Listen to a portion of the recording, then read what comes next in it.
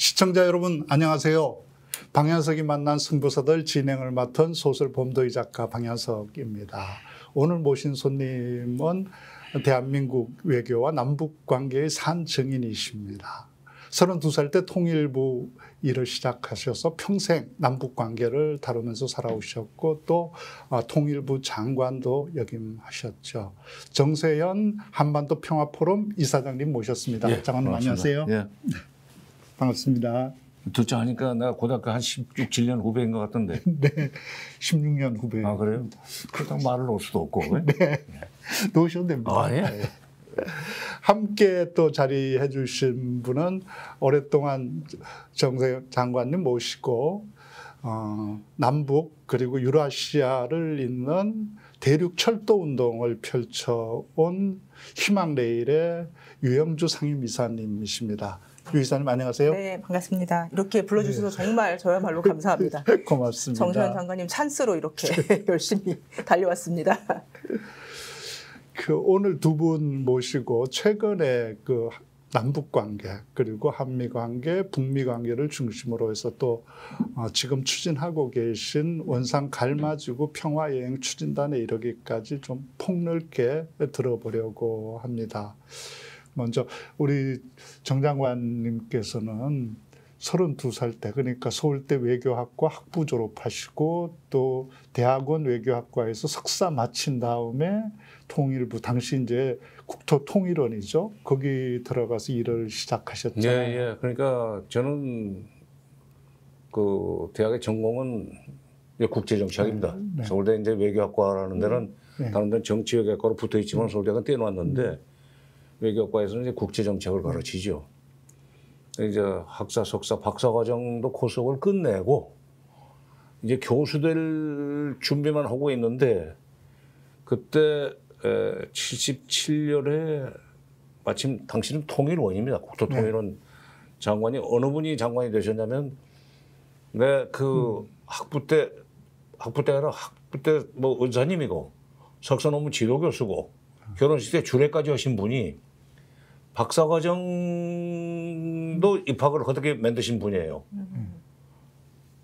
그러니까 정군이 교수가 되고 싶어 하니까 일단 박사과정을 해야 될 거 아니야. 그래서 박사과정 입학을 했습니다. 박사과정 입학을 하고 해놓고 77호학번으로 입학했는데 박사과정을 월남이 공사가 된 후에 박정희 대통령이 소위 그 제2의 월남학 프레임을 가지고 말하자면 남북 관계를 관리하기 위해서 그분을 특보로 뽑아가 버린 바람에 선생이 없어진 거예요. 그런데 끈떨어진 연이 된 겁니다. 갈 데 없어서 이제 그냥 뭐 원래 중국 고대 정치 사상을 공부를 하고 그랬는데 갈 데 없어서 그냥 그 공산주의 공부를 좀 했어요. 그때 위험한 일이죠. 75년 이럴 때는. 그런데 77년에 그분이 이제 통일원 장관이 되셔가지고 부르시더라고. 정군이 교수 되고 싶은 건 내가 아는데 그 박사과정을 끝냈지. 논문만 쓰면 되는 거 아니야.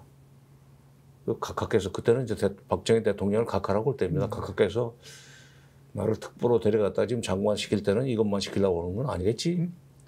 어디 지방대학 총장이라도 시키면 내가 갈 때 정군 데리고 갈 테니까 내 밑에 와서 논문 쓰고 교수 될 준비하고 있어. 그래서 간 거예요.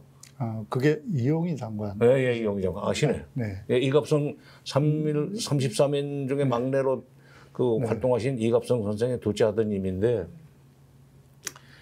그렇게 했는데 그 교수는 못 되고 갈 데 없어. 월급은 받아야 되니까. 그래서 이제 공무원 생활을 하다 보니까 중간에 뭐 여러 번 학교로 나갈 뻔 했는데 나갈 뻔 했다가 좌절되고 그랬는데 그러다 보니까 사고 안 치고 공무원은 사고 안 치고 돈 사고 안 치고 무슨 여러 가지 무슨 이해관계 얽히지 않으면은 사고 없으면은 순서대로 해서 차관 장관 할 수 있어요.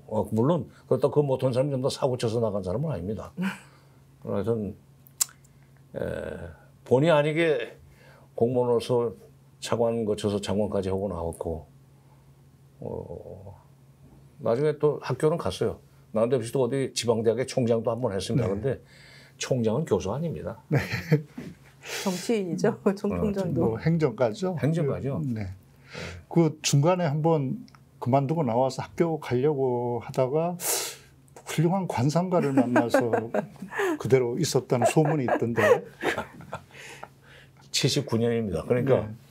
그 선생님은 이제 나를 그 당신 밑으로 대다 놓고 박사 논문 씌운 다음에 어디 지방대학 총장 되면 데리고 가시겠다고.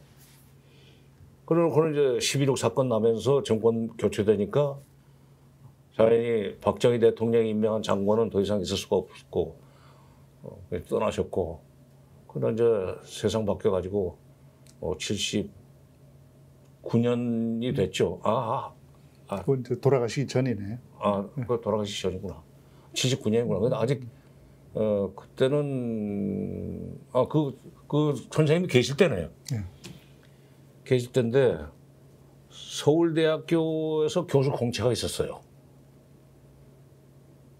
근데 다행히 외교학과는 아니고 국민윤리교육학과가 생기면서 공산주의 이론 쪽에 그 전문성을 가지고 있는 교수 공채 광고가 났길래 이제 한번 내볼까 그러는데 과에 다른 교수님이 마침 서울대 국민윤리교육위원회 위원장을 하신 분이 계셨어요. 박준규 교수라고. 그분이 이제 부르시더니, 그러니까 교수 선생님들 사이에서는 정세현이는 교수가 되고 싶어한다는 게 소문이 나 있었어요. 정군 교수 되고 싶잖아. 이번에 국민윤리교육과에 지금 교수 공채하는데 내가 지금 서울대 국민윤리교육위원회 위원장이니까 한번 내봐. 내가 좀 뒤에서 손을 쓸게. 일단 국민윤리교육과로 넘어가서 공산주의 이론 뭐 비판하다가 외교학과 TO 생기면 넘어오면 되는 거 아니야. 같은 대학 안에서. 자신 있게 이제 냈어요. 그리고 이제 그게 6월 달인가 그렇게 광고가 나와서 7월 달인가 응모를 하고, 그러고는 이제 그 학교 쪽에서 결정이 날 때까지만 기다렸는데, 만약 9월 학기 시작하는 거니까 7월 하순인가 그 고등학교 2년 후배인데 이제 사회학과를 나와가지고 집안에 이제 뭐 어디 그 사립학교 재단 이사장 일을 하고 있는 친구가 하나 있었어요. 연락이 왔어요. 어느 날 갑자기 형 점심 때 어디 가요? 그래서 아니 뭐 없지. 뭐 통일부 어떻게 밥 사는 놈도 없고 뭐. 그랬더니 지금 국립의료원이 옛날에 메디칼 센터라고 했고 거기에 그 스칸디나비아 클럽이 대한민국 그 당시 79년 이럴 때는 최고의 양식집이었었습니다. 그게 얼지로 있지 않았나? 스칸디나비아 클럽 이것으로 유가. 네. 거기서 칼질을 합시다 그래서 갔어요. 근데 이제 지금 나중에 서울대 그 사회학과 교수로 이제 정년 퇴임을 한 후배가 있는데 임현진 교수라고. 임현진이 이제 그때 하버드 박사과정 하고 있을 때요. 이 현진이 왔는데 같이 가서 칼질을 합시다 갔어요. 가서 이제 점심을 먹고 들어가려고 그러니까 몇 시까지 들어가야 돼? 그래서 바로 들어가야지 그랬더니 1시간만 시간 좀 내주면 안 돼? 그래서 한 2년 선후배니까 그냥 반만 하는 거죠. 꽉 듯이 존댓말을 안 해. 그럼 뭐 왜 어디 가려고 그랬더니 따라와 그냥 따라와 갔어요. 동부이천동의 어떤 고층 아파트로 올라가더니 딱 문을 여니까 널찍한 거실에 한 60대 초반이나 된 분이 그 손을 가지고 여름인데 땀을 닦고 있었다. 뭐 무슨 말하자면 숙환이 있었던 모양이에요. 병이 있었던 모양이에요. 들어가니까 뭐 찰색이 좋은데 좀 이번에 증권 좀 사셔도 되겠네요. 그러더라고 그 친구 보고는. 그러니까 그러면 됐고 이 두 분 좀 관상 좀 봐주세요. 그래서 딱 보더니 뭐 사주 팔자도 묻지도 않고 관에 계시죠. 그래서 나는 속대 관에 있기 싫어가지고 이제 학교를 튀려고 할 테니까 아니요 그랬더니 굉장히 위험한 걸 다루시는 분인데. 그러니까 그때는 북한 자료를 만지는 것은 위험한 일이에요. 79년에는 잘못하면 그게 보안법에 걸리는 일이에요. 공무원 아니면은 신분 보장된 자리가 아니면 그걸 볼 수 있는 게 중앙정보부하고 통일원밖에 없었으니까. 그 순간 내가 이거 뭐 볼 줄 아는 모양인데 오늘 자백을 했지. 맞습니다. 통일원에 있습니다. 근데 사실은 제가 그걸 공무원이 싫어서 교수 되고 싶어가지고 지금 서울대학교에 응모를 나왔는데 그거 어떻게 될지 좀 봐주십시오. 그랬더니 선생은 교수 안 됩니다. 왜요? 장관 선생은 교수 되는 날 반드시 시국선언을 하고 이거 앞에 나서가지고 뛰두르고 이거 됩니다 그러더라고. 그 순간 내가 또 찔리는 게 내가 고등학교 2학년 때 박정희가 이 교장으로 찍어 내려보낸 교장을 쫓아내기 위한 동맹휴학을 주도했다고 해가지고 그 퇴학으로 결정됐는데 교장이 교육적 차원에서 1등급 감면해서 무기징역을 받은 바람에 결국 학습 결손이 와서 대학도 못 떨어지고 그랬는데 고등학생이 그 순간 틀림없이 교수가 되면은 그런데 앞장설 성질이 얼굴에 보이는 거죠. 성깔이 말하자면 방골 기질이 보이는 거야. 그러니까 이제 아니 나는 다 믿는 데가 있으니까 다 뒤에서 만들어주겠다는 분들이 있었기 때문에 그 애가 그러니까 내가 되면 어떻게 할 겁니까 그랬더니 웃더니 선생이 교수가 되면 내가 손에 장을 찢을게요. 아니 찔리잖아요. 그러다 아니 진짜 되면 어떻게 할 겁니까 그랬더니 근데 선생은 권력의 편에 있어야 괜찮습니다. 혹시라도 교수가 되면 반드시 무슨 학생처장이니 교무처장이니 이런 보직을 가져야 됩니다. 그래야 이걸 안 한다 이거야. 근데 이제 결국 결과는 어떻게 됐는가? 그래도 옆에 있는 그 친구를 보고 교수는 전원분이 됩니다. 전부는 아마 논문 끝나고 나면 6개월 이내에 전임 교수 됩니다. 진짜 그대로 하버드 박사하고 그다음에 와서 시간 강사 6개월 하고는 조교수 바로 돼버렸지. 관상이 교수 될 관상이 있는 모양입니다. 그 나중에 이제 그 연락이 왔어요.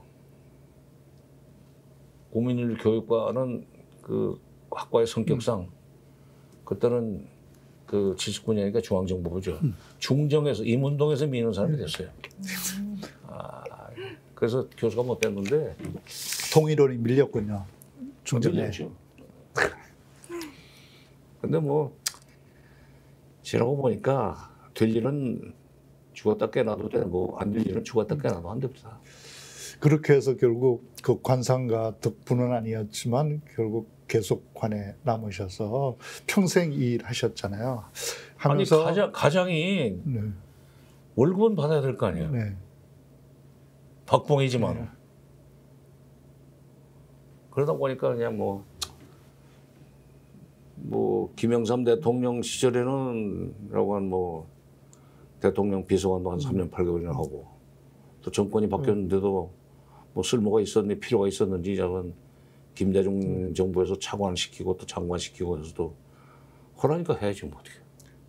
노무현 정부 들어서고 난 다음에 또 계속 또 장관하셨잖아요. 네, 그러니까 내가 김대중 대통령하고도 일면식도 없었는데도 차관 발령이 났고 노무현 대통령하고도 사실은 후보 시절에도 일면식도 없었어요. 내가 그런데 쫓아다니는 성격이 아닙니다.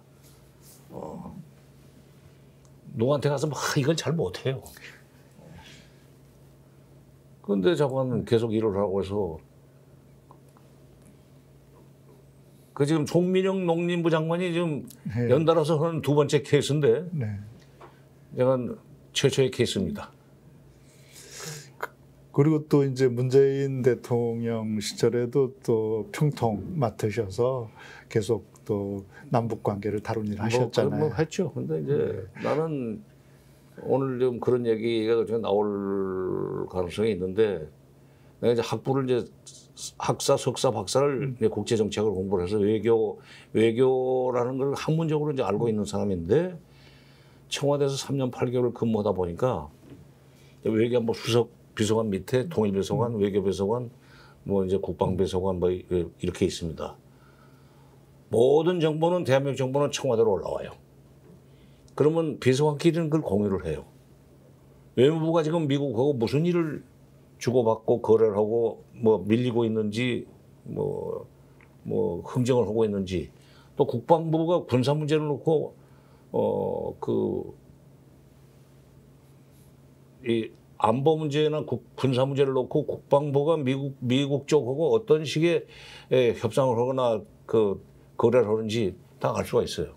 그러니까 통일부만 그대로 있었으면 몰랐을 일을 청와대에서 한 3년 8개월 근무하는 동안에 대한민국 외교와 안보가 어떤 식으로 돌아간다는 것을 조금 알 수 있게 돼가지고 그때 이제 생긴 일종의 무슨 뭐라 그럴까 그 안목이라고 그럴까 식견을 가지고 요즘 놈은 아는 척을 좀 하지요. 그렇게 오래 일하면서 느꼈을 또 보람도 있을 테고 기뻤을 때도 있을 텐데 이 남북 관계 또 외교 관계 일하면서 가장 벅차고 또 보람이 있었다 이런 순간을 꼽으면 어떤 순간일까요? 벅찼었는데 아쉽게 끝난 일이 있습니다. 네. 아시는 대로 94년 7월 25일부터 27일까지 평양에서 김영삼 대통령하고 김일성 주석이 남북 정상회담을 하게 돼 있었잖아요. 근데 그 전에 사실은 미국이 북핵 문제를 해결하기 위한 북미 협상을 하다가 북한이 하도 회담에서 괴롭히고 오니까 안 되겠다. 이것은 영변 핵단지를 폭격을 하는 식으로 그런 식으로 해서 보량머리를 고치는 수밖에 없다는 식으로 북핵 부폭 계획론이 나왔을 때 김일성이가 갑자기 이제 남북 정상회담을 제안하는 바람에 그 이제 정상회담이 성사되지 않았어요. 그때 이제 제가 이제 통일비서관으로 회담 준비를 할 때입니다.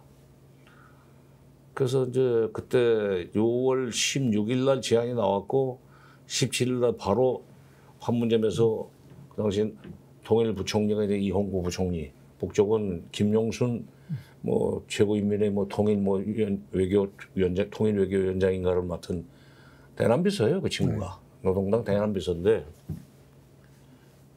거기서 이제 그 합의를 하기를 7월 25일부터 27일까지 평양에서 정상회담을 하기로 해가지고 6월 17일부터 시작해서 김일성이 죽었다고 하는 김일성이 7월 8일 새벽에 세상 떴다고 하는 뉴스가 나오던 7월 9일 날 정오까지 약 한 20여일 죽으라고 회담 준비를 했어요. 그러면서도 진짜 잠을 거의 못 자고 집에를 못 가고 준비를 하면서도 내가 교수로 튀려고 하다가 그걸 못하고 통일부에 남아가지고 일을 하기는 했는데 이런 일을 하라고 지금 그 운명의 여신이 나를 그 학교로 안 보내고 여기다 묶어놨구나 하는 생각을 하면서 남북 정상회담에 당시에 책임 비서관이었다 하면은 나중에 그거 가지고 얼마나 또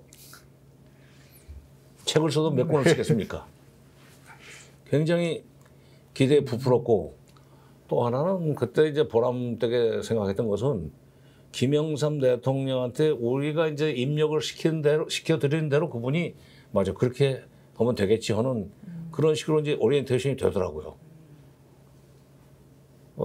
나중에 김대중 대통령도 제가 모시고 노무현 대통령도 모셔봤지만은 김영삼 대통령은 통일 문제에 대해서는 별로 그렇게 그 관심이 없었고 전문성도 없지만은 그러나 소위 그 부하들이 하는 건이라든가 이런 것을 들어봐가지고 말이 되면은 맞다 그렇게 하자 그게 있어요. 화끈하더구만. 그때 어떤 식으로 입력을 시켜드렸냐면 지금 북한 경제가 내리막길입니다. 우리가 한때는 북한보다 못 살았지만은 70년대 중반부터 북한을 앞지르기 시작했고 80년대 북한이 제로 성장하다가 90년대 내리막길을 걷고 있는데 바로 이것이 우리가 북한을 관리할 수 있는 절호의 기회를 만들어주는 겁니다. 우리의 여력, 우리의 경제적 여력을 가지고 북한의 뭐 그 부족한 부분을 메꿔주면서 뭐 먹을 거 주고 입을 거 주면 될 거 아닙니까? 그러면 먹을 걸 주는 사람을 향해서 그 주먹질하는 놈은 없으니까 경제적인 지원을 해주고 군사적인 긴장을 완화시키는 틀을 각각께서는 짜시면 됩니다. 아마 김일성이도 그 거절 못할 겁니다. 왜냐하면 북한 경제가 어려우니까 남한 경제가 좋다는 걸 알고 있고 틀림없이 아마 동의하실 할 거고 그때 남북 장관급 회담만 합의를 해주시면 저희가 가지고 있는 경제 역량을 가지고 북한을 이제 잘 관리를 해서 군사적으로 장난 못 치도록 만들어서 증거 시장도 빨간불이 계속 켜지게 만들고 그럴 수 있습니다. 그랬더니 이해가 빨라요. 그래 돈 주면 안 되겠나. 그때 정말 보람을 느꼈어요. 그런데 7월 9일 날 방송이 나오지 않습니까? 7월 8일 날 운명하셨다고 드디어. 이춘희의 그 우렁찬 여성 아나운서 있잖아. 하시었다 하는. 그때는 정말로 참.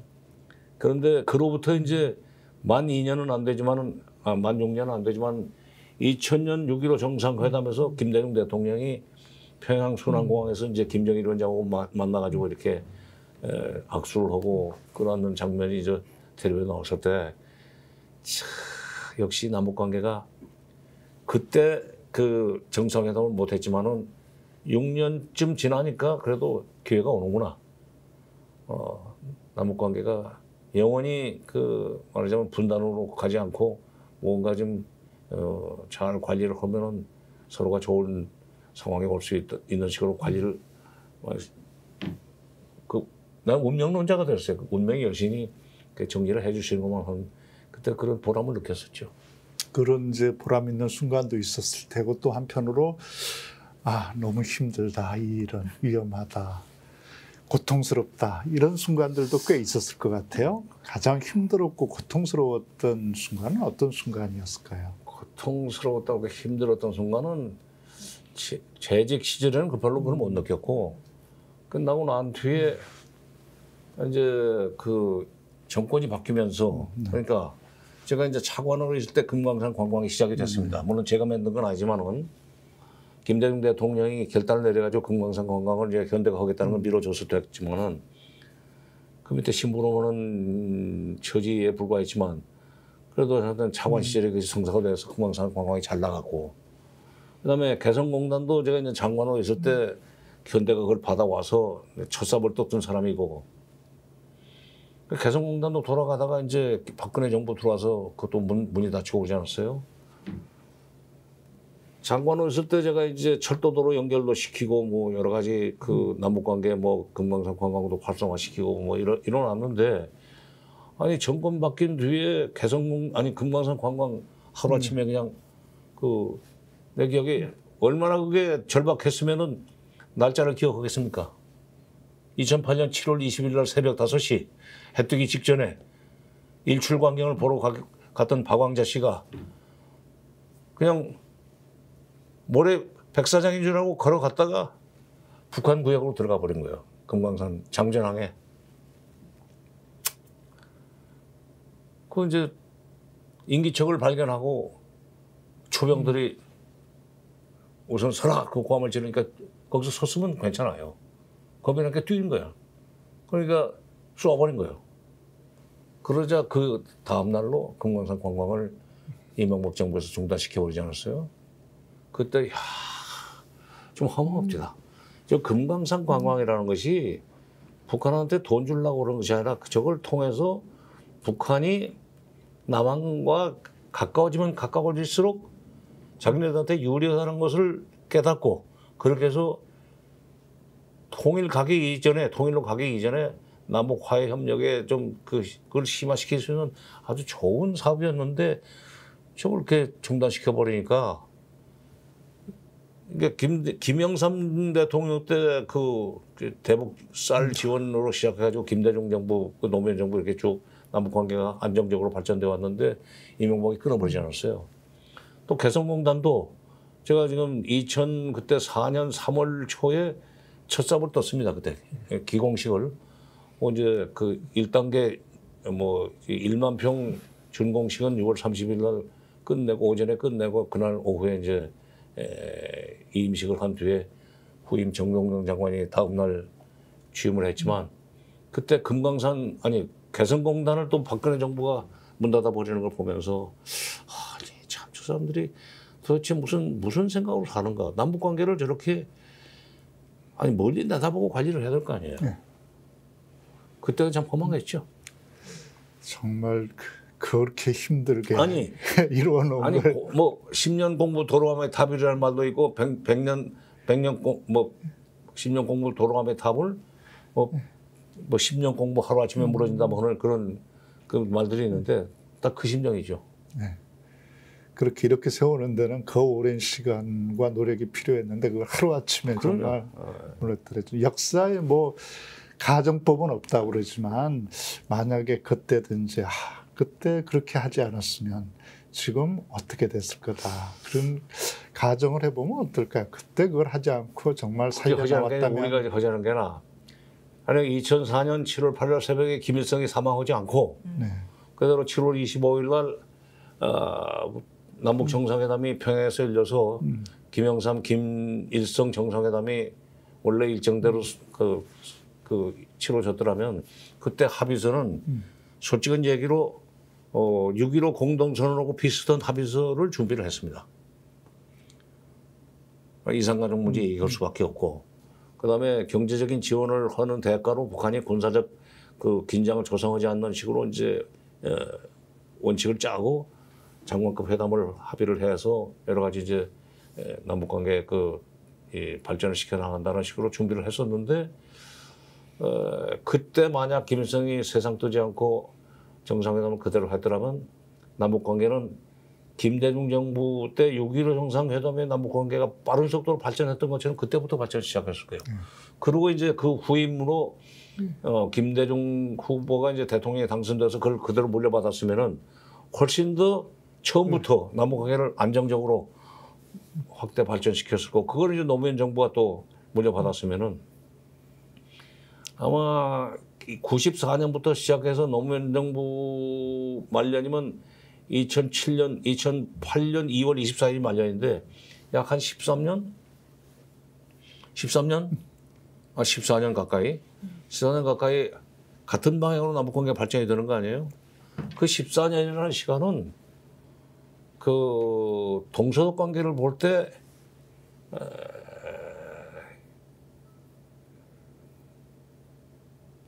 서독의 기민당 정권이 들어서가지고 69년에 들어서가지고 동방 정책을 추진하기 시작하면서부터 13년 동안 꾸준히 서독에서 동독으로 경제 지원을 했어요.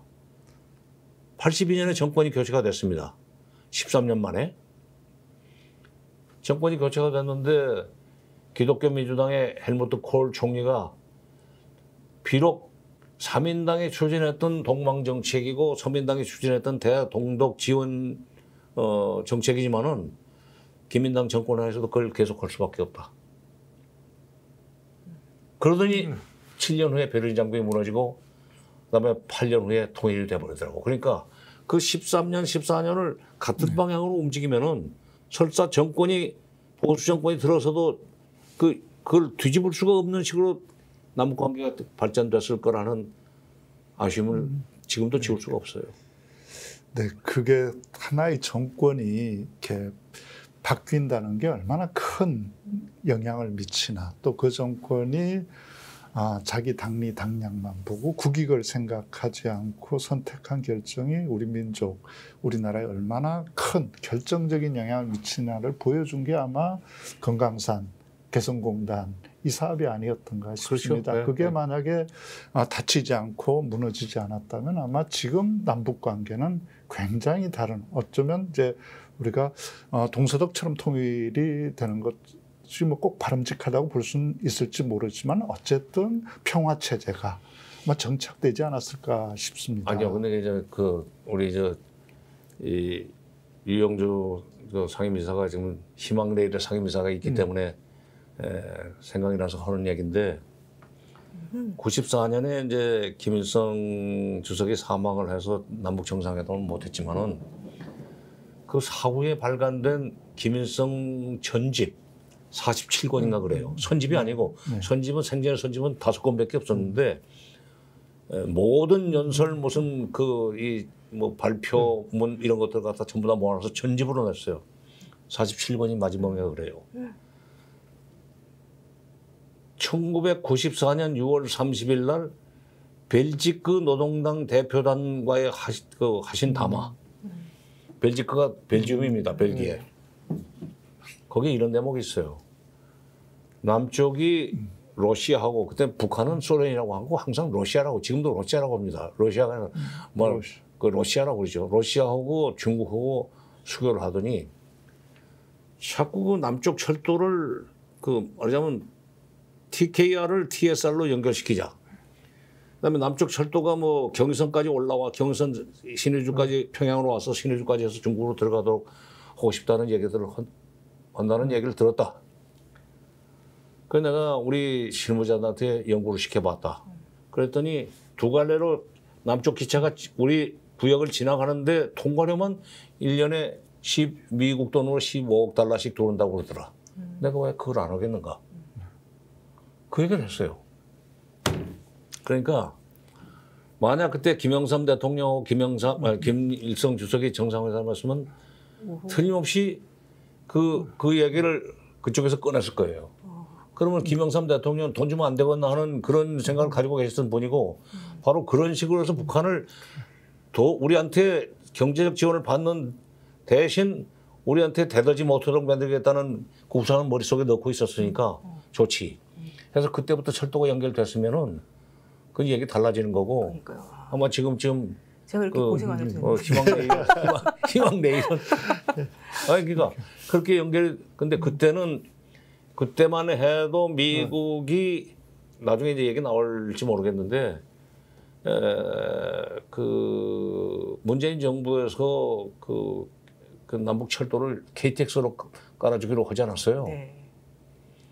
그 미국 때문에 못한 겁니다. 미국의 방해 때문에. 자관 그때 94년 그 지간만 해도 그 미국이 한국을 그렇게 말하자면 옥죄려고 하는 시점은 아니죠. 국제 정치적인 상황이 왜냐하면 중국이 그때는 눈에 안 보였거든. 그쵸. 중국이 지금 2010년이 넘으면서 중국이 G2로 올라선 뒤에 동북아 국제 정치에 있어서 미국이 지금 한국을 대중 압박의 레버리지로 쓰려고 하는 정책을 채택하면서 이게 남북 관계가 자꾸 말하자면 방해를 받고 퍼벅거리고 그런 상황입니다. 문재인 대통령 시절에 뭐 미국의 반대가 있었겠지만 간섭이 있었겠지만 그래도 좀 진전을 시켰어야 되는 거 아닌가 어떻게 설득하든 노력해서 일보 전쟁을 좀 더 갔어야 되지 않나 뭐 그런 아쉬움을 굉장히 많은 사람들이 얘기하는 것 같아요. 그때 그게 도저히 불가능한 상황이었나요? 아니 그건 아니죠. 왜냐하면 네. 내가 이제 다시 이제 미국의 입장에서 생각을 합니다. 왜냐하면 이게 현장에서 일을 많이 하다 보니까 항상 무슨 전략이나 정책을 세우려면 손자병법에 나오는 지피지기 백전 볼 때 그쪽으로 갈 수밖에 없어요. 상대방은 어떤 생각을 하고 있을까? 말하자면 북한은 어떤 생각을 할까? 한미 관계에서 미국은 지금 어떤 생각을 하고 있을까? 그런 식으로 먼저 대입을 시켜보는 버릇이 있습니다, 저한테. 4.27 판문점 선언 딱 보고 북한이 해달라는 거 다 해주겠다고 그랬거든. 그때 KTX 깔아준다는 약속을 그때 한 거예요. 김여정이가 타봤잖아요. 평창까지. 네. 그다음에 9.19 평양 선언도 경제적인 지원을 많이 해주겠다고 약속한 거예요.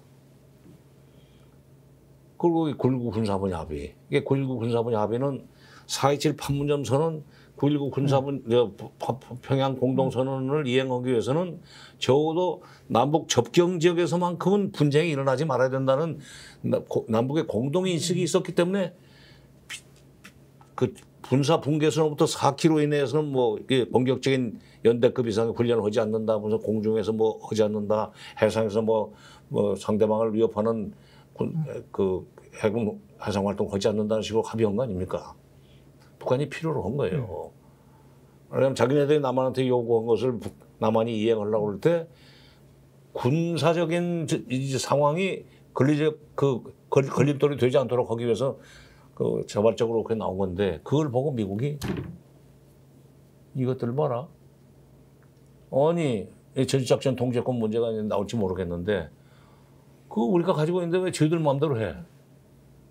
그러면서 11월 20일 날 함이 오킨 그룹을 발족시키더라고. 그래서 내가 그걸 보고 야 미국이 무슨 핑계로 저걸 끌어냈는지 모르지만 너무 그렇게 쉽게 말하자면 호응을 해주면 저 나중에 발목 잡힐 텐데 아니나 다를까.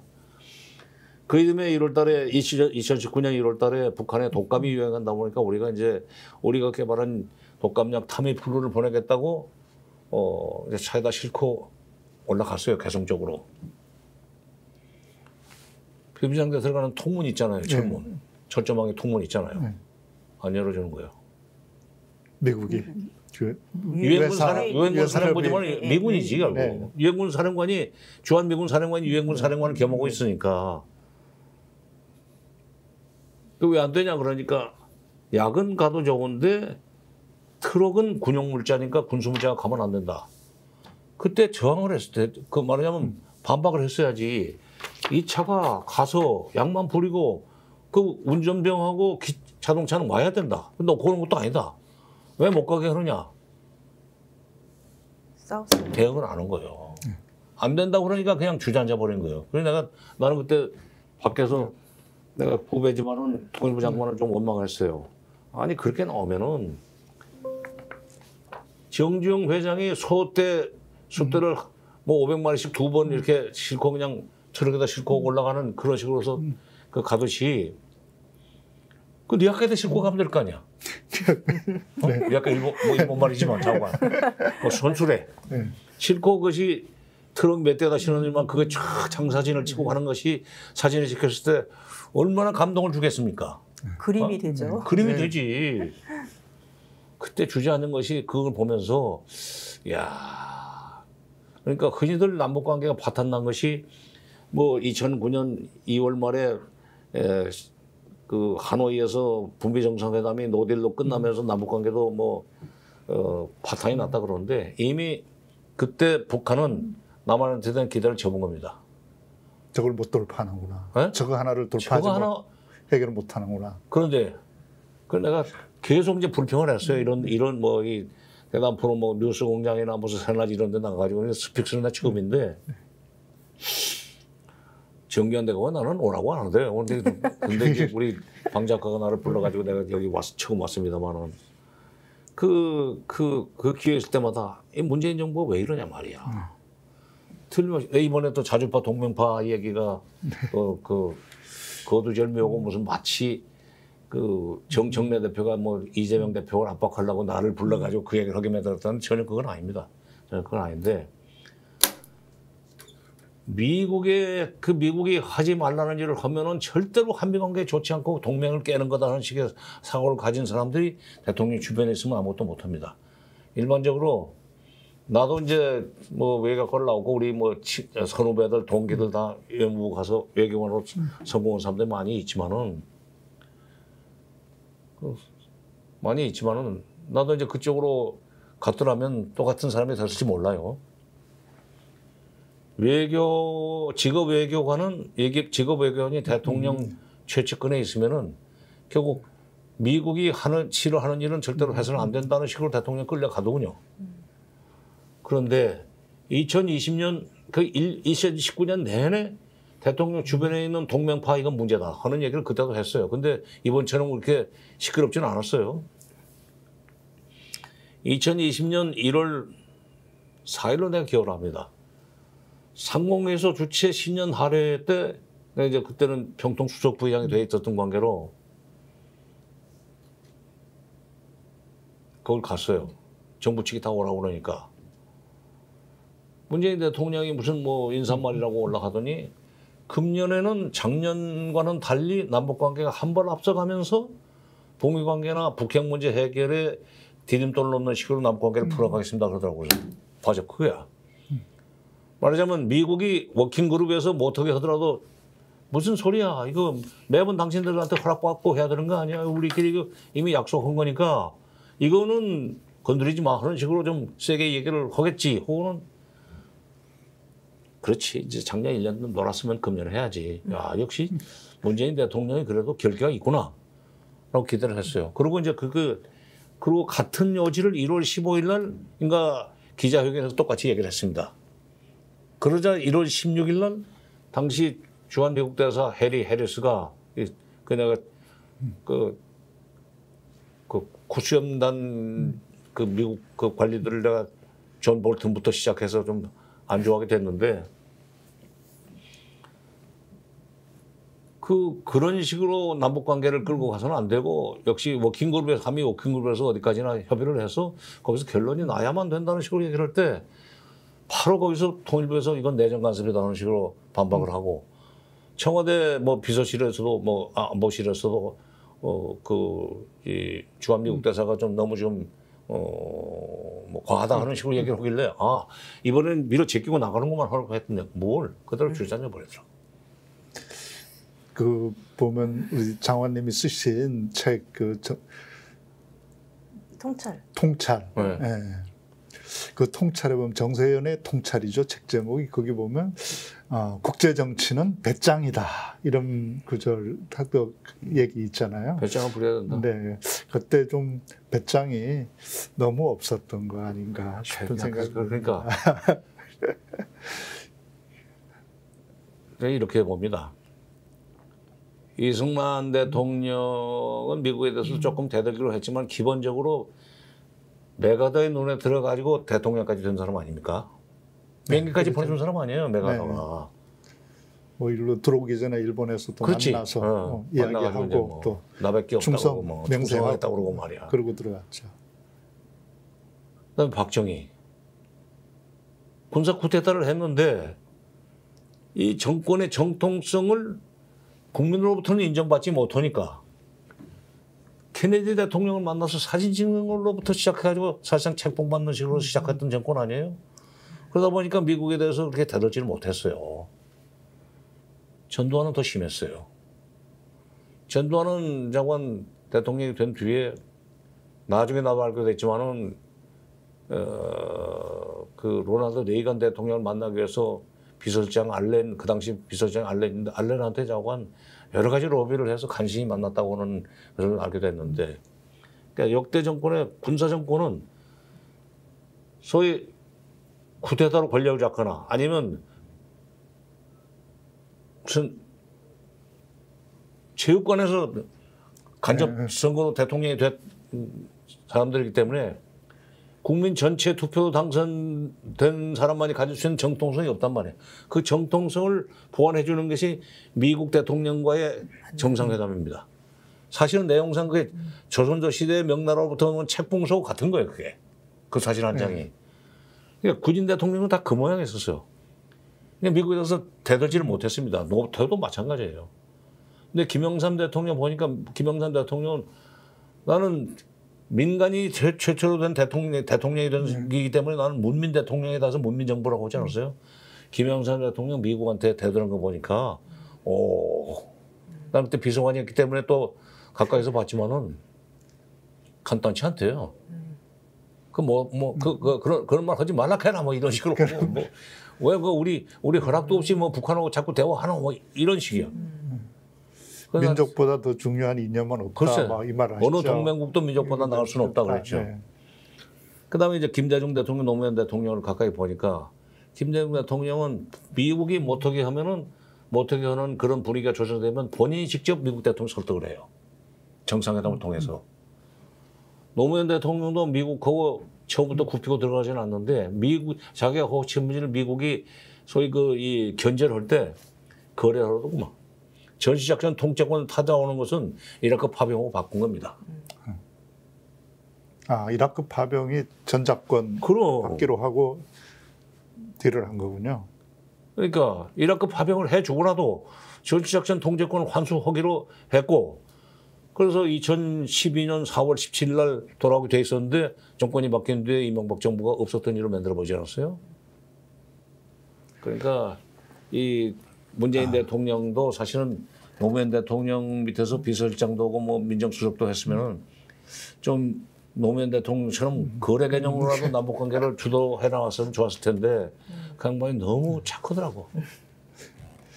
우리 유영주 이사장님께서는 이제 우리 장관님 모시고 오랫동안 이제 남북 철도 운동, 대륙 철도 운동 해오셨는데 장관님하고 일하면서 저런 부분은 굉장히 탁월하다, 놀랍다, 뭐 이런 장면이 있으면 어떤 순간들일까요? 지금도 계속 깜짝깜짝 놀라고 있는데요. 네. 일단은 저 기억력, 네. 연도, 뭐 일자, 뭐 다 기억할 사람 네, 이름, 시간까지.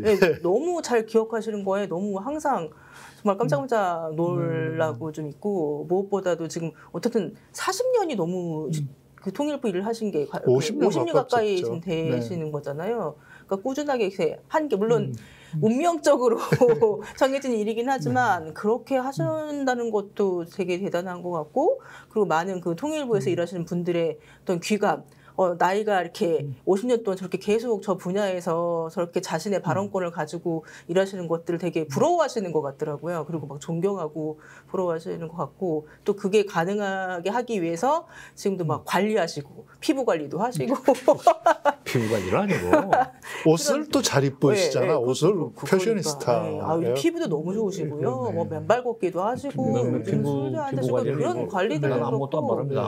안 바르는데 그러니까 항상 깜짝깜짝. 맨발 걷기를 하니까 이게 여기가 깨끗해졌어요. 그러니까 항상 볼 때마다 많이 놀라요. 옷을 잘 입는다 그러니까 내가 잘 입는다는 얘기를 인정하는 건 아니고 네. 일화 하나를 소개할게요. 그때 이제 김대중 대통령이 재임 중에는 그 대통령하고 그렇게 그 스스럼 없이 대화할 수 있는 그런 처지는 아닙니다. 장차관이 그지 못해요. 근데 이제 노무현 정부에서까지 일을 끝내고 나니까 바로 김대중 평화센터 부의사장을 하라고 이제 지시를 하시더라고. 근데 부의사장은 난 높은 건 줄 알았더니 보니까 이 사장은 김대중 대통령이고 이사회 할 때 사회 보는 게 부의사장이야. 최연소 이사를 시켜놓고 부의사장을 하고 일주일에 한 번씩 이제 정세 토론을 해요. 임동원 장관, 그다음에 이제 그 박지원 실장 이제 국내 정치. 그다음에 이제 남북 관계나 대외 관계는 임동원 장관하고 저하고 이렇게 김대중 대통령도 신문을 아주 이잡듯이 읽으시기 때문에 이 중국에서 무슨 일을 하고 있고 지금 미국 쪽에서 어떤 얘기가 오고 있고 하는 것을 머릿속에 넣고 지금 그 토론하자고 그러니까 함부로 거기다 대고 뭐 아시는지 모르지만 하는 식으로 했다가는 그건 혼나요. 근데 나는 이제 이호 여사하고 같이 손님을 기다리는 자리였었어요. 다른 분 다 가셨는데 정 장관은 좀 더 있어 보시오. 이제 그래서 또 무슨 시키실 일이 있나 해서 앉아 있었어요. 두 분이 이렇게 앉아 있고 그 거실이 있습니다. 손님 접대하는데 우리 집에 오는 손님 중에서 이희호 여사 말씀해요. 우리 집에 오시는 손님들 중에 정 장관님은 가끔 와이셔츠 색깔, 그다음에 넥타이 색깔, 뭐 무늬, 뭐 양복을 싱글로 입을 때는 뭐 말할 것도 없고 뭐 콤비로 입어도 뭐 굉장히 조화롭게 그걸 코디를 잘 보시는 것 같아요. 그래서 그 제 마음대로 안 돼요. 넥타이 하나도 제 마음대로 못 매요. 아니 넥타이 저는 잘 골랐다고 생각하고 메고 나오는데 현관에서 집사람이 돌아봐. 아니 그거 풀러 이거 매. 그래서 그 시키는 대로 합니다. 그랬더니 김대중 대통령이 그 말이 재밌어요. 그거 우리 집하고 똑같네. 아마 또 이런 얘기 하시더라고. 우리가 젊은 시절, 우리 때는 우리 젊을 때 얘기야.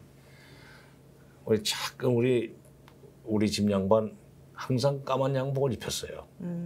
그다음에 흰 와이셔츠를 항상 꼭 챙겨드려요. 넥타이도 물론 색을 맞춰가지고 이제 돌아가면서 메어주지만 왜 그렇게까지 하십니까? 왜 까만 양복 흰 와이셔츠를 꼭 입어야 돼요? 노타이도 되고 무슨 뭐 얼룩덜룩한 것도 좀. 정치하는 사람은 그렇게 돋보이잖아요. 그러니까 그 김대중 대통령의 그 패션은 이호 여사 거예요. 그게 그러니까 정말 롤 보면 하얀 넥타이, 그럼요. 하얀 와이셔츠에 넥타이 딱 그게 정말 정치인으로 다른 사람하고 확 다르게 돋보이게 그래야 돋보이는데. 네, 오히려 그렇게 생각하니까 그러네요. 또 하나. 네. 단순한 착장 같은데. 뭐 김대중 대통령이 얘기하다니까 그 돌아가신 뒤에 그 비서관 했던 최경환 의원이라고 나중에 광주에서 국회의원 양반이 있어요. 그 사람이 이제 이런 질문했어요.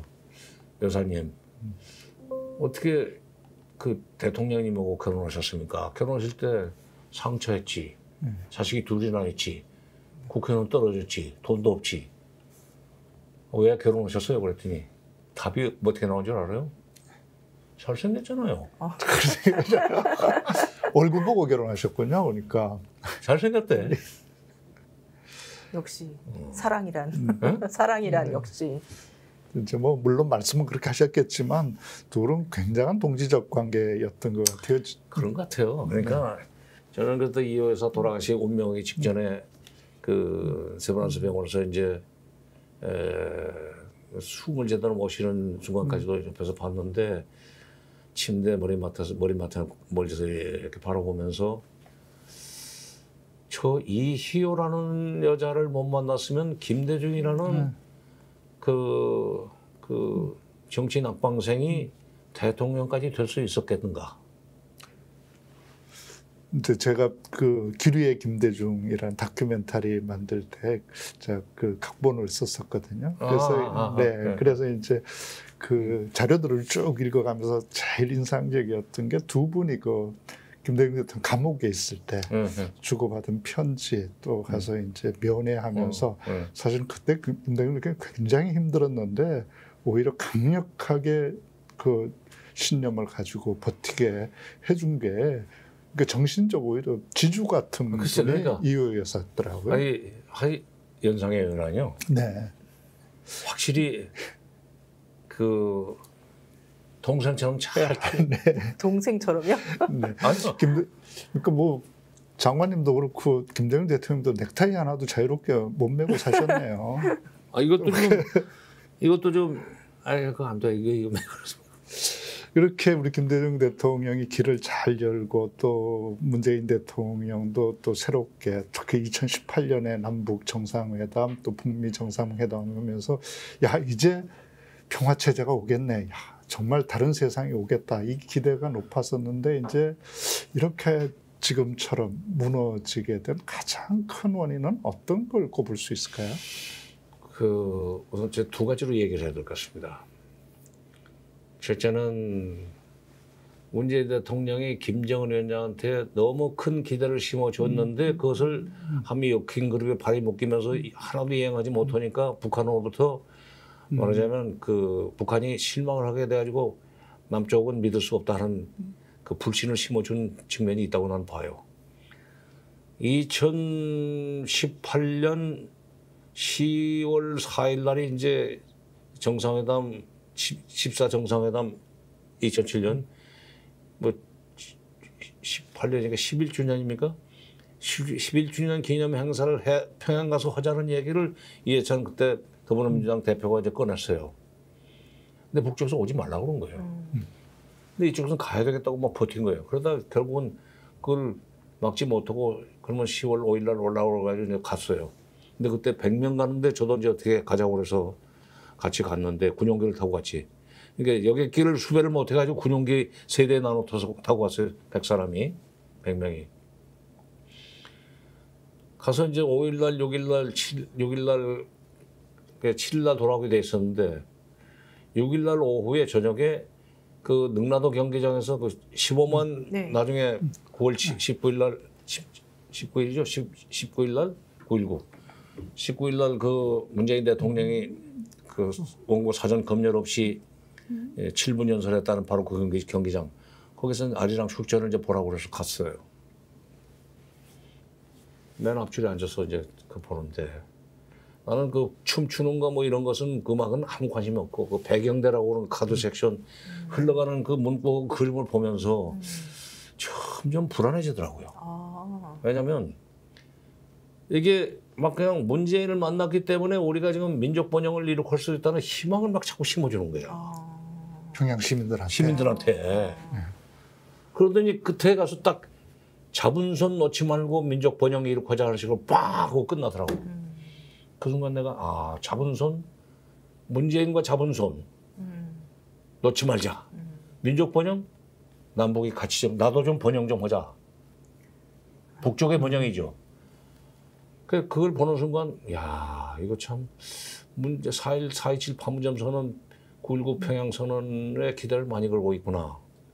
또 9.19 군사분야 합의도 뭐 그런 대로 뭐 잘 됐는데, 저렇게 문재인 대통령에 대한 기대가 크다면은 이게 그 문 대통령이 감당할 수 있을까?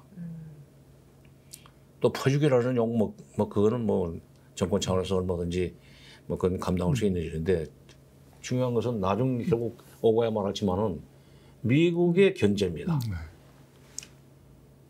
그걸 보고 놀랐는데 바로 그 다음 날 10월 8일 날 폼페이오가 6.12 싱가포르 정상회담 이후에 4번째 평양에 들어간 날이었어요. 폼페이오가 오기 때문에 못 오게 한 거야. 대책 준비해야 되니까. 물론 외교부 사람들이 폼페오 만나게 돼 있지만은 하여튼 김정은까지도 긴장하는 시간 아니에요. 폼페오 오기 전까지는. 왜냐하면 7, 8월에 3번 들어가가지고 계속 미국 얘기만 하고 북한 이 요구하는 것은 들어주지도 않고 남북 관계도 미국이 얼마든지 조정할 수 있으니까 우리말 들어야 된다는 식으로 폼페오가 그렇게 북한을 압박을 했던 연장선상에서 8일 날 또 들어온다고 그러니까 나만 오는 것이 귀찮았던 거예요. 그래서 이제 원래 고집센 이해찬 대표이기 때문에 다른 사람에서 또 안 갔을 거예요. 이해찬 고집도 알아줘야 되잖아요. 그래서 폼페오가 그날 다음 날 온다고 이제 했고 우리가 이제 그 7일 날 나왔는데 그걸 알고 나왔죠. 그러더니 20일쯤 폼페오 다녀오는데 한 20일쯤 10월 20일쯤 앞으로 남북 간의 합의한 사항을 이행해 나가기 위해서는 한미 간에 긴밀하게 좀 공조로 협의할 수 있는 무슨 뭐라 그럴까 기구가 좀 필요하다는 얘기를 띄우더라고. 그래서 이거 발목 잡으려고 그러는구만. 그러더니 그로부터 한 달 후에 나온 한미 워킹그룹이에요. 네. 그때 내가 참 저것을 그때 안 받을 수는 없지만은 어떤 것은 미국이 못하게 하는 건 보면은 그냥 알았다고 그건 그렇게 합시다. 근데 이거는 미국이 못하게 하면 안 돼. 그런 식으로 처음부터 대통령이 그 참모들한테 이건 분명히 그건 밀리지 말라 하는 식으로 오더를 줬어야 되는데 그거 참 안타까운 시간이었던 것 같습니다. 이제 그걸로 인해서 사실은 북에서는 어쩌면 훨씬 강하게 기대하고 준비가 됐었는데 이제 우리 그 남한 쪽 정부가 또 이제 미국 견제를 견디지 못하면서 이제 사실은 그 좋은 기회를 놓쳤다고도 볼 수 있는데 이번에 다시 또 근데 트럼프가 대통령이 되면서 그러니까 또 한 번 기회가 생기지 않을까. 특히 이번에 이제 경주에 올 때 그래도 또 기습적으로 김정은 위원장을 만날 수도 있지 않을까 하는 관측도 없지 않은데 저도 어떻게 보시는지. 그 가능성을 여기저기서 좀 얘기를 하고 있었고 또 뭐 정동영 장관도 정부 안에 있으면서 또 심층 정보가 있으니까 얘기를 했겠지만은 다른 건 몰라도 뭐 한미 정상회담보다는 트럼프로서는 김정은과의 만날 가능성을 염두에 두고 지금 움직이지 않겠는가. 그런 점에서는 지금 기대해 볼 만한데, 근데 아마 이제 문재인 때 당했던 그 경험, 그 일종의 트라우마인데, 남쪽 대통령이 잘해준다고 해도 미국이 못하게 하니까 아무것도 못하더라. 이재명 정부는 어떻게 하는지 좀 보자. 이재명 정부는 미국을 끌고 갈 사람인가, 이재명 대통령이 미국을 끌고 갈 사람인가, 말로는 끌고 갈 것 같은데, 협조할 때는 협조하지만은 이건 안 돼. 이건 내가 좀 하고 싶은 대로 좀 미국 밀어줘야 돼 하는 식으로 갈 것 같지만은 역시 또 한국 내에 여러 가지 여론 동향이라든가 또는 그 관세 문제라든지 이런 것 때문에 한미 관계, 한미 협상 문제가 있기 때문에 이재명 대통령이 트럼프 정부의 반대를 무릅쓰고 흔쾌하게 북한을 도와줄 수 있는 그런 그 여지가 있겠는지는 좀 계속 지켜볼 겁니다. 아마 이제 김정은 위원장도 직접 얘기했지만 이제 우리 남쪽은 통일 대상이 아니다. 다른 나라다.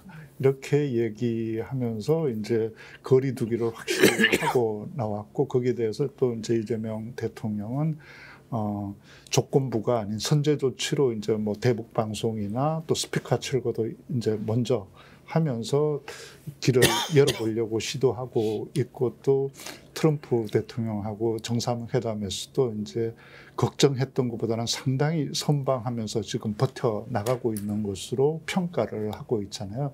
현재까지 지금 남북 관계 또 북미 관계를 보면서 한미 관계를 풀어가는 우리 이재명 대통령의 정책이나 이 태도들은 이제 지난 문재인 정부 때 지금 하셨듯이 많은 기대를 안겨줬지만 사실은 고개로 보면 그냥 세게 배신당한 것 같은 이제 분노가 있는데 이재명 대통령 정부, 국민주권 정부의 현재 스탠스, 특히 이재명 대통령의 행보, 굉장히 미국에 가서도 준비를 잘하고 가셨고 한미 정상회담 할 때 또 순발력도 뛰어났다 이런 평가를 하시는데 지금까지 이재명 대통령 행보는 어떻게 평가하시고 계세요?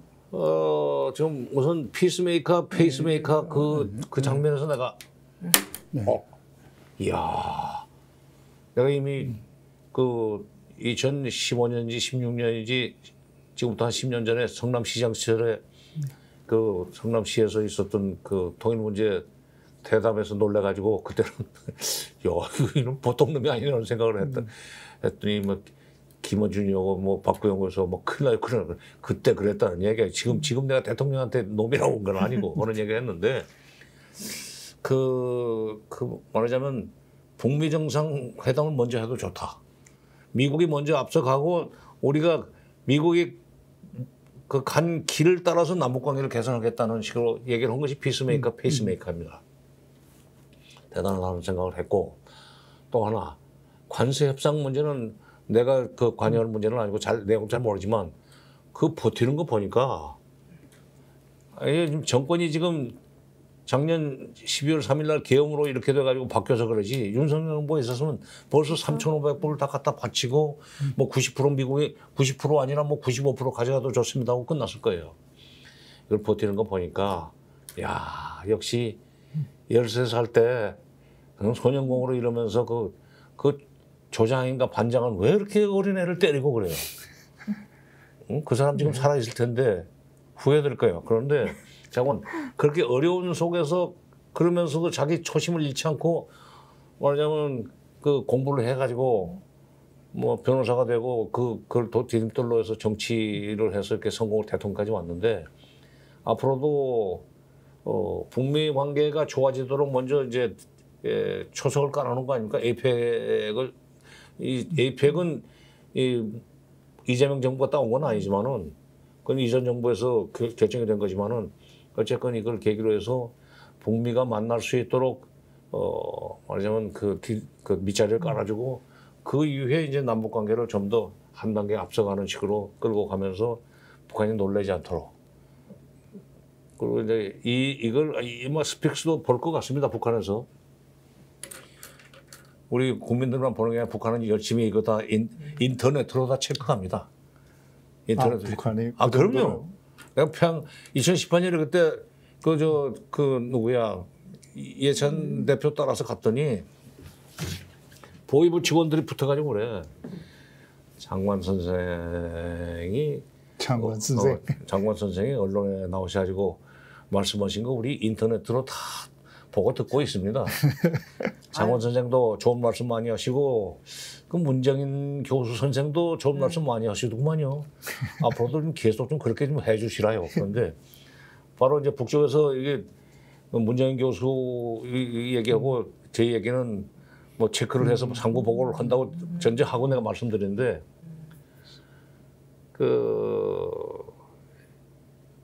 이재명 정부가 앞으로 북한을 소위 통일 문제와 관련해서 불안하지 않게 왜냐하면 저 사람들 통일을 생각하지 말자고 하는 게 이유가 있습니다. 경제적 격차가 너무 커요. 그러니까 너무 경제적 격차가 큰 상황에서 스스럼 없이 만날 수 있고 무슨 통일이니 왕래 뭐 교류 협력이 활성화되면은 북한 사람들이 자존심 상할 뿐만 아니라 열등의식을 느끼게 됩니다. 그렇게 되면은 열등의식으로 끝나는 게 문제가 아니고 소위 체제 도대체 김정은이는 뭘 했어? 왜 우리를 이렇게 살게 만들었어? 이런 체제에 대한 소위 그 저항심이 내는 비판의식이 커지면은 정권이 흔들린다는 것 때문에 소위 너무 가까이 살지 말자는 것이 이제 그들의 통일 배제론인데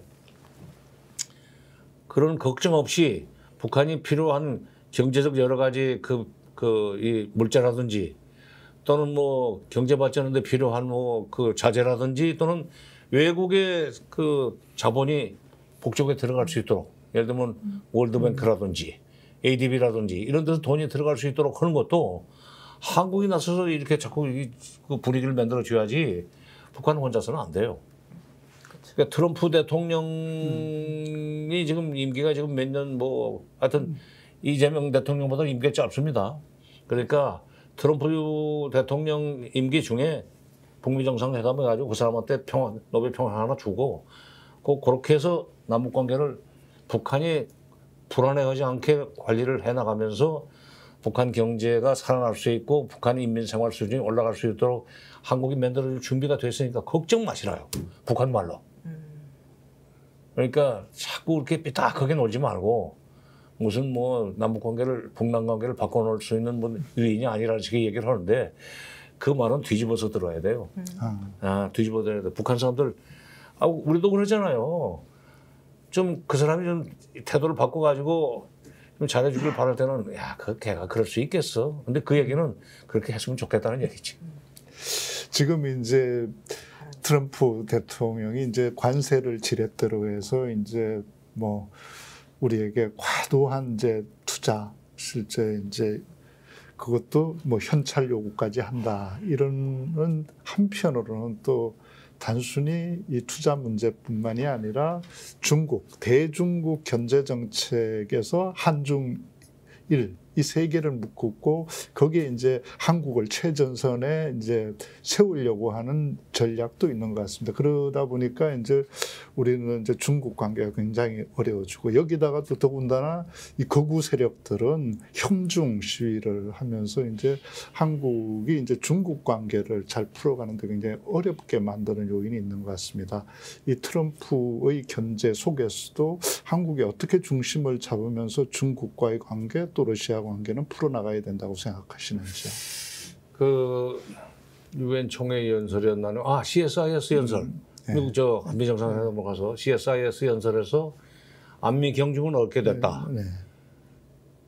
그 얘기는 일단 미국은 안심시킨 겁니다. 그런데 뒷부분에 가면은 그러나 지리적으로 우리는 중국과 가까이 있기 때문에 어쩔 수 없이 중국과의 관계를 어떻게든지 관리를 해나가야 된다는 얘기해서 그래서 내가 야, 저 이재명이 참 꾀보다 꾀보. 응? 그리고 그 이재명 대통령이 대표 시절에 민주당이 이제 외교안보 통일 자문회의라는 걸 처음에 이제 만들었어요. 그때 이제 첫 회의 때 대표가 왔었죠.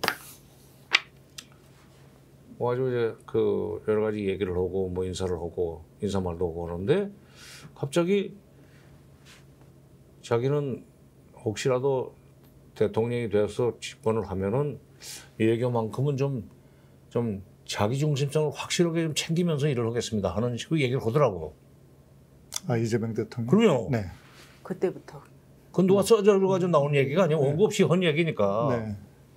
그래서 난 속으로 이거 2016년에 나온 정세현의 외교 독후의 부재인 대한민국 외교의 자국 중심성을 위하여라는 그걸 보고 그러는 식으로 이제 말하자면 그 착각을 했지. 착각이 아니라 이제 그렇게 그 아전인수로 생각을 했는데 어쨌건 자기 중심적인 외교를 하겠다는 그 철학은 분명히 가지고 있더라고요. 그 끝나고 이제 우리 식사를 같이 그 참가자 전부 다 식사를 하러 갔는데 여의도 중국 식당 어디 갔나?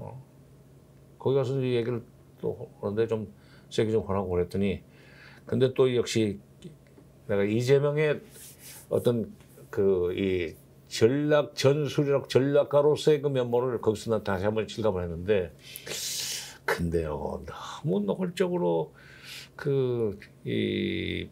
말하자면 반미라고 비난을 받을 수 있는 그 얘기는 좀 조심해야 되지 않겠어요?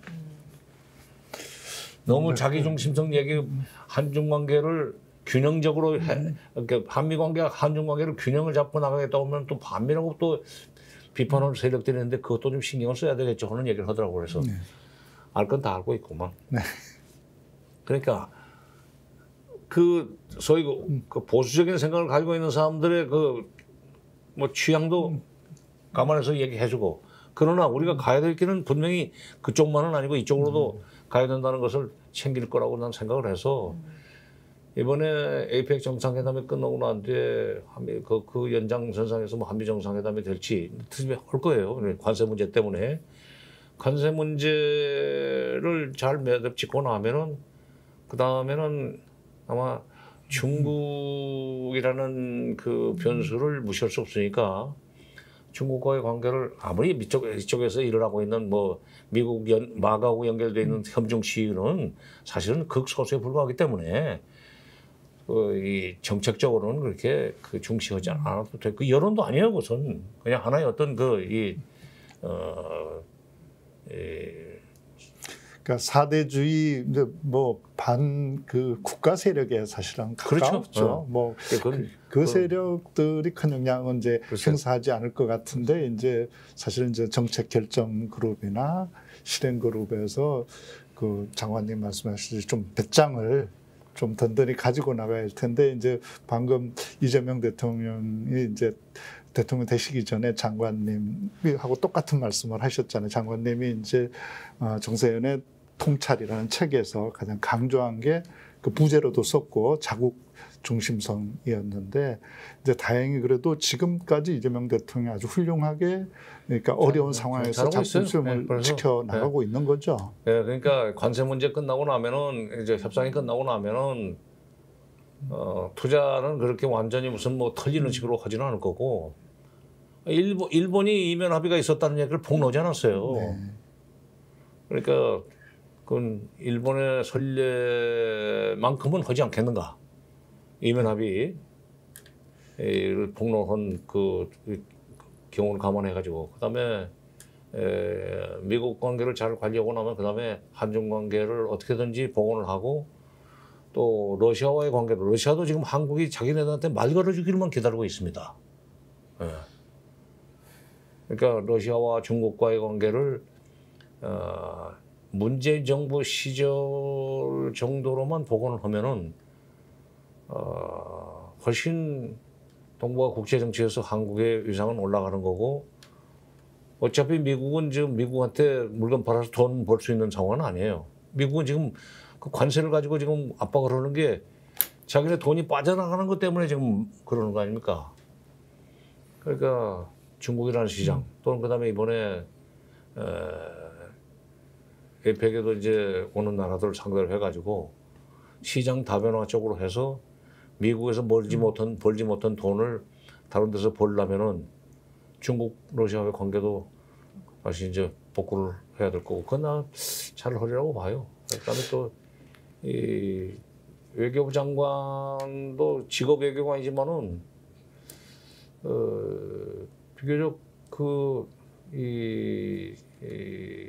그런 한중 관계라든지 한러 관계 같은 거를 합리적으로 잘 조정을 해나가야 된다는 그런 생각을 그게 대미 일변도는 아닌 것 같습니다. 그 사람은. 네. 그 보면 이제 다행스럽게 국민들이 생각하는 건 이제 우리가 윤석열 정부에서 이제 일본에도 그랬고 미국에도 이제 호구처럼 이제 주기만 하고 얻는 거는 없었던 것을 이제 우리 책에서도 사실은 이미 장관님께서 다 써놨거든요. 호구냐 투자냐. 그래서 호구가 되지 말고 투자를 주도해야 된다. 이걸 얘기하셨는데 이제 막 정확히 보면 사실은 윤석열 정부와 이재명 정부가 가는 길도 그렇고 좀 앞으로도 가야 될 길도 이제 호구가 되지 말고 투자를 하는 길일 텐데 지금 호구와 투자를 장관님께서 딱 구별해서 설명하면 어떤 차이가 있을까요? 겉으로 보면 잘 모를 수가 있잖아요. 호구는 미국이 하는 대로 하기는 호구죠. 네. 그다음에 그렇게 안 끌려가면서 우리도 그야말로 5대5는 될 수 있는 정도로 협상을 하고 거기서 이익을 챙길 수 있는 그게 이제 투자 아닙니까? 네. 그러니까 뭐 어려울 거 없어요. 그다음에 이재명 대통령은 그렇게 하리라고 봐요. 말하자면 호구 노릇은 안 하겠다. 투자로 평가받을 수 있는 정도의 일을 하겠다. 그런데 이제 난 솔직한 얘기로 대통령의 그런 뜻을 참모들이 100% 뒷받침을 못 해주는 그런 그 상황 아닌가. 아니 대통령이 불평했던 거 전시작전 통제권 문제 관련해 가지고 이 노무현 대통령 때 그 똥별 얘기를 왜 다시 SNS에 올렸겠어요. 전시작전 통제권을 내 임기 중에는 찾아와야 되겠다는 결의를 가지고 장관한테 지시를 하니까 뭐 밑에 있는 장군들이 뭐 큰 문제가 있다 뭐 그런 식으로 얘기한다고 그런 얘기가 돌아왔기 때문에 뭐야 이거 노무현 대통령의 똥별 얘기를 안 할 수가 없구만 해서 올렸다고 봐요. 그다음에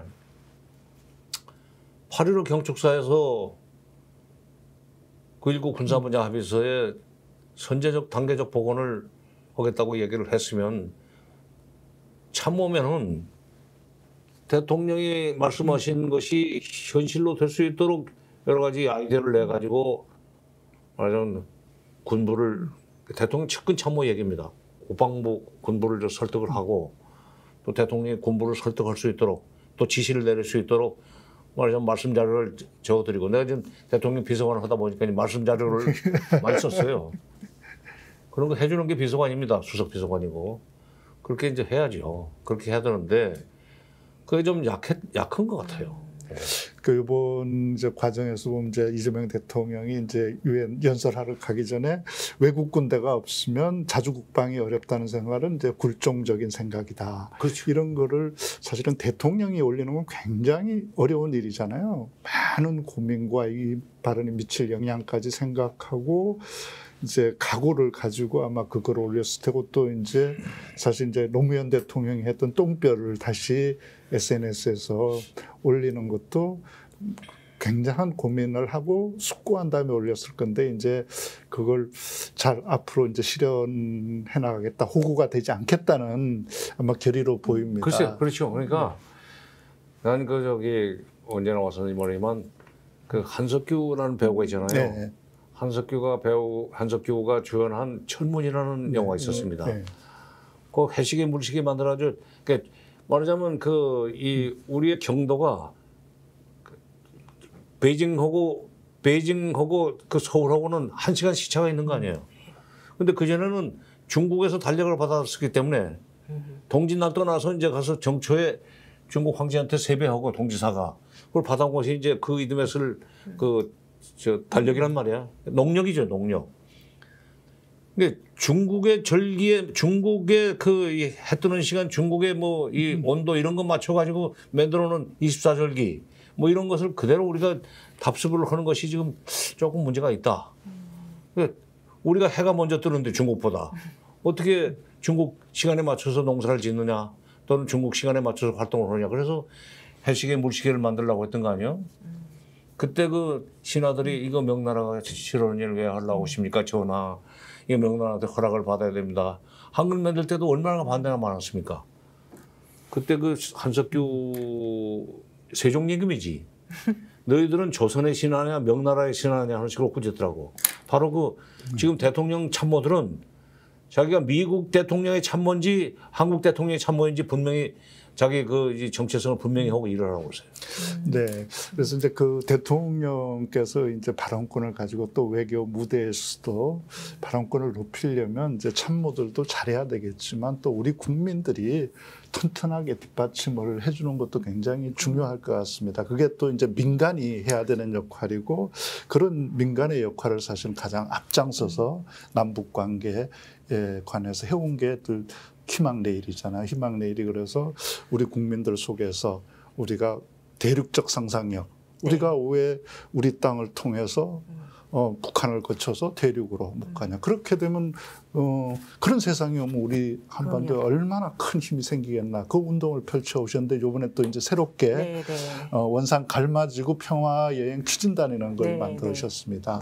아마 그 연장선상에 있지 않나 싶은데 이 사업에 대해서 좀 설명을 해 주시죠. 그러니까 지금 뭐 장관님께서 금강산 관광 얘기도 하셨지만 저희 원산 갈마 이번에 평화 여행 추진을 하겠다. 그것이 그러니까 실행이 되도록 민간 차원에서 열심히 돕겠다라는 차원에서 이 사업을 시작하게 됐는데요.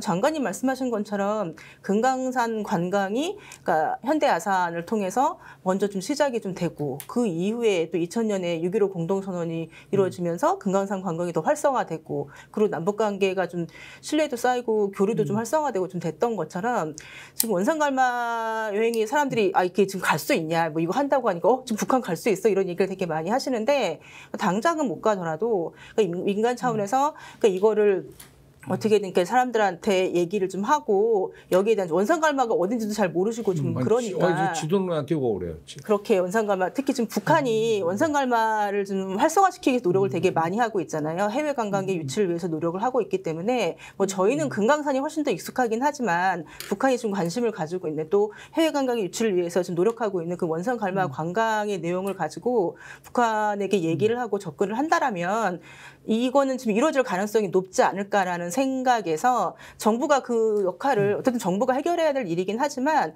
그것이 이루어지게끔 쉽게 하기 위해서 민간 차원에서 독고자에서 먼저 그렇게 깃발을 들고 시작을 하게 됐습니다. 하려고 하고 있습니다. 김대중 정부 때도요. 네. 사실은 저 98년 초에 이제 베이징에서 비례회담 오지 않았어요.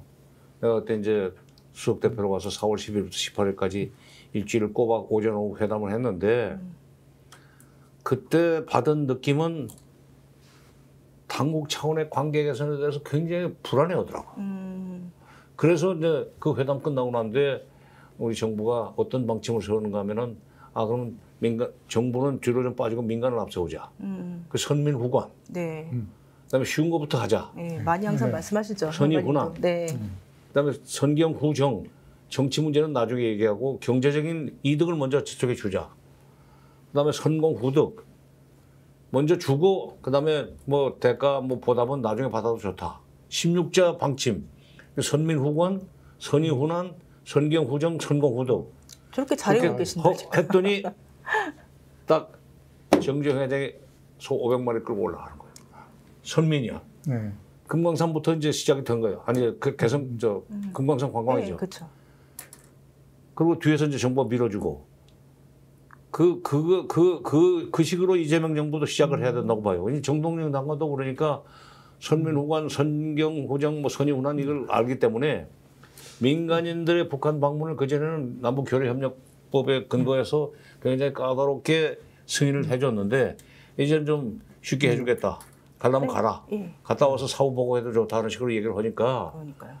지금 그 우리 유영주 그 상임이사가 끌고 있는 희망 레일에서 좀 원산 간마반도 그 관광을 먼저 하게 해달라. 네. 우리 아니, 가게 테니 근데 갈 그게 테니까 열어달라.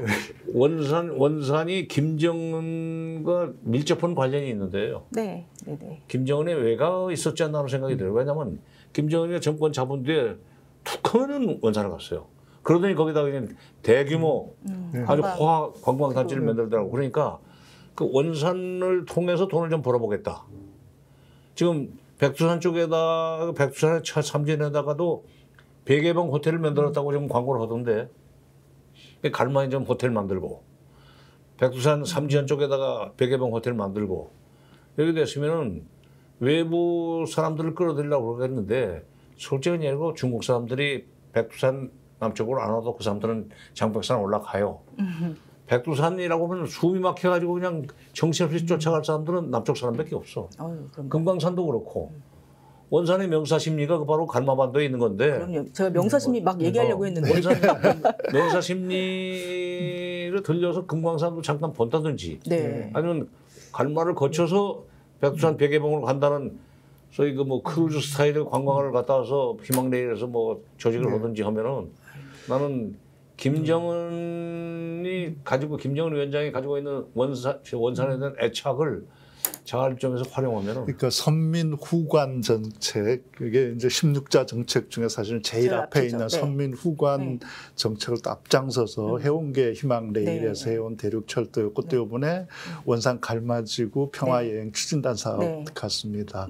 그래서 우리 국민들도 쳐다보면서 우리가 평론가도 아닌데 야 참모들이 잘해야 돼, 이재명 대통령이 잘해야 돼 이렇게만 얘기할 게 아니고 우리 국민들이 먼저 나서서 이런 데 참여하고 작게라도 이 원산 갈마지구 사업 여행 추진단 단원으로 참여해야죠. 그럼요. 그래서 이게 사람들이 많이 모이고 그렇죠. 야 남한 국민들이 우리 북에 대해서 관심이 많구나.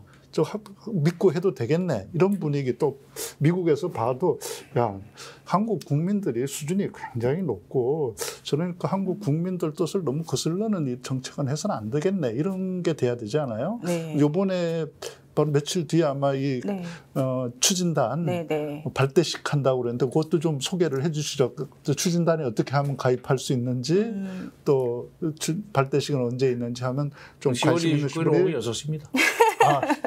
하여튼 기억력은 이상하세요. 저 보고 해야 되는데 10월 29일 오후 6시 네, 홍대 어디던데? 홍대 청년문화공간 주라는 곳에서 네. 뭐 어떻게 보면 소박한 공간이긴 하지만 네. 저희가 좀 추진단을 현재 모집을 좀 하고 있고요. 그 추진단의 힘으로 좀 다양한 사업들을 좀 네, 하려고 이 하고 화면에다가 있어요. 좀 띄워드릴게요. 네, 만약에 그러면서 보실 수 있게. 98년에 정부가 선면후관 방침을 정하니까 정중 회장이 먼저 소대를 올라갔는데 이번에 이제 이재명 정부에서도 사실 정동영 장관의 여러 가지 언행으로 봐서는 선면후관이에요. 네. 그렇죠. 그러니까 이러니까 지금 희망레일의 유영주가 지금 지금 선민 500명을 모아서 올라가겠다고 그러고 아니 더 모으려고요. 500명보다 그때라는 시간이 많이 10월 지났는데 29일 6시에 그럼 장관님도 오시는 거죠? 안 갈 수가 없죠. 네.